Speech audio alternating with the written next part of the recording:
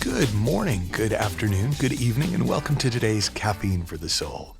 And today's episode is the third in a series called Effortless Everything, and they're in support of a program that we're offering coming up called Effortless Everything, and you can learn more about it by going to, wait for it, michaelneill.org/effortless everything. And in the third month of the program, we're going to be exploring something that I love to talk about because it's one of the first things that I really saw for myself in my work as a teacher and coach. And I had the opportunity, I've been doing this for a very long time. I'm in my fourth decade of coaching people. And in the first 20 years, one of the things that I noticed consistently is that there were people who were really genuinely happy and really genuinely successful. And that may sound obvious to you, but actually if you've been around people who are apparently successful very often, you often notice they're not very happy. And that was almost like I just accepted that as one of the ways you could do it. But I was fascinated by people who seemed like their happiness had nothing to do with how successful they were. Like it didn't go up and down as their finances went up and down. They didn't become miserable people if something didn't work out. And they didn't become radically happier if things did work out. They were just pretty happy and things worked out for them a lot.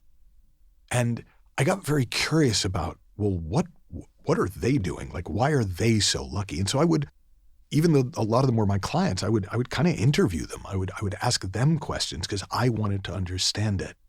And what I saw was that most people who I spoke with, whose success came from their happiness rather than their happiness seeming to come from their success, lived their life by following their knowing and wanting.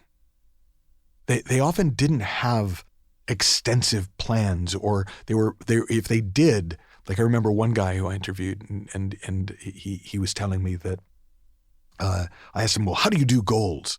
And he said, well, I don't really. And I was horrified because goals are the key to success, aren't they? But he did really well in the world. So I thought, well, maybe they're not.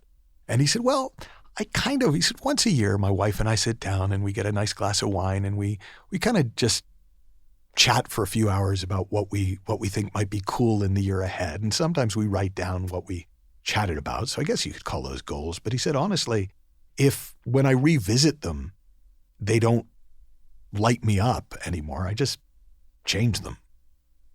And I had the sense, barely, to stop myself from blurting out, but that's wrong. That's not how you do it. Because, of course, apparently that is one of the ways you can do it, because that's what he did. And over the years, I've gotten to see more and more people, and there's a real similarity to it. Not a similarity to what they do, but a similarity to the place they come from and the way that they do what they do.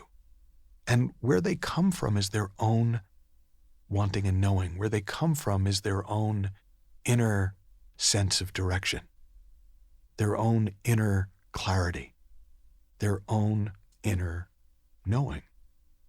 And the phrase soul path came out because I was trying to explain it to somebody one day, and I said, well, it's almost like their souls are laying out the path day by day and step by step and decision by decision. And it just always looks like they're in the right place at the right time, but they're kind of like Mr. Magoo.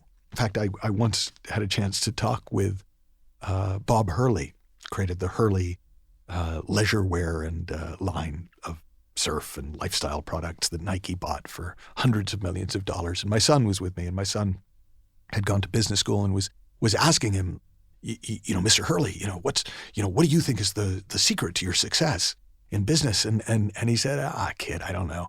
He said, honestly, I mean, I'm good at math, but I'm kind of like Mr. Magoo. And if you don't remember Mr. Magoo, he was the cartoon character who was so blind that he would just walk, and he'd walk off the edge of a building, but it would always be just as a construction crane was lifting an I-beam, so that he would walk straight out onto the I-beam, and then the construction thing would pivot, and he'd walk straight off it onto the next building, and he'd never even notice that he'd almost died, because he was just walking along and doing the next thing and doing the next thing. And that's what a soul path feels like, is you're just doing the next thing.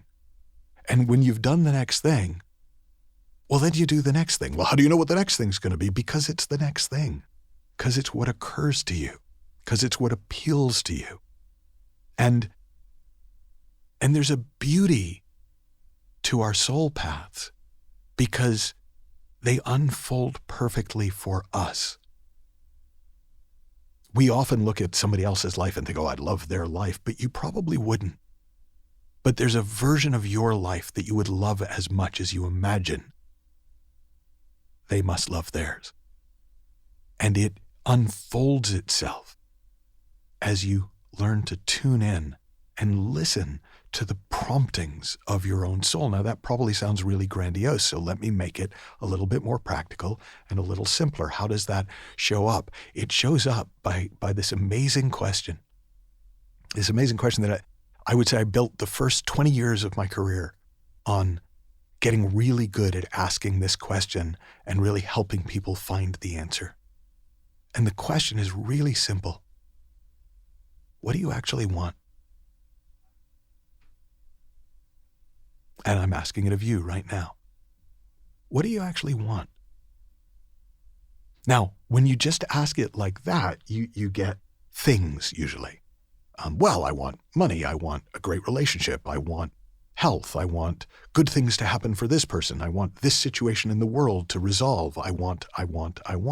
And those are all true if they're true for you, if they're what you actually want and not what you think you should want or are supposed to want. But the version of the question that really reveals our soul path and helps us walk it is, what do you want right now? Like, what do you want to do right now? And go do it. And usually it's not that big a deal. Like, it's very rare that, somebody goes, well, what do I want to do right now? I want to go on safari in Africa. No, you probably don't. Not right now. You might ultimately, but probably what you want to do right now is scratch your nose. So scratch your nose. That's your soul path. That's literally the next step on your soul path. Well, what would you love to do now? I hope it's keep listening to this podcast. Yeah, so keep listening to the podcast. Well, what's my soul path going to tell me to do next? I don't know. And neither do you. And that's why it's fun. That's the adventure of it.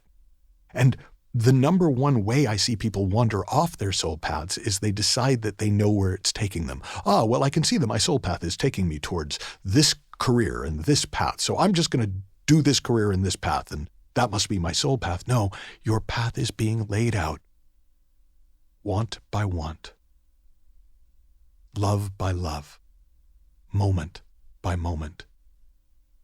And it doesn't matter how long it's been since you've asked yourself the question, what would I love to do right now? What would I love to do next? It doesn't matter if you've never asked the question. If you ask it right now and you take the first step, no more, no less, the next will be revealed to you, and you are back on the path of your soul. Have fun, learn heaps, happy exploring, and I'll talk with you soon.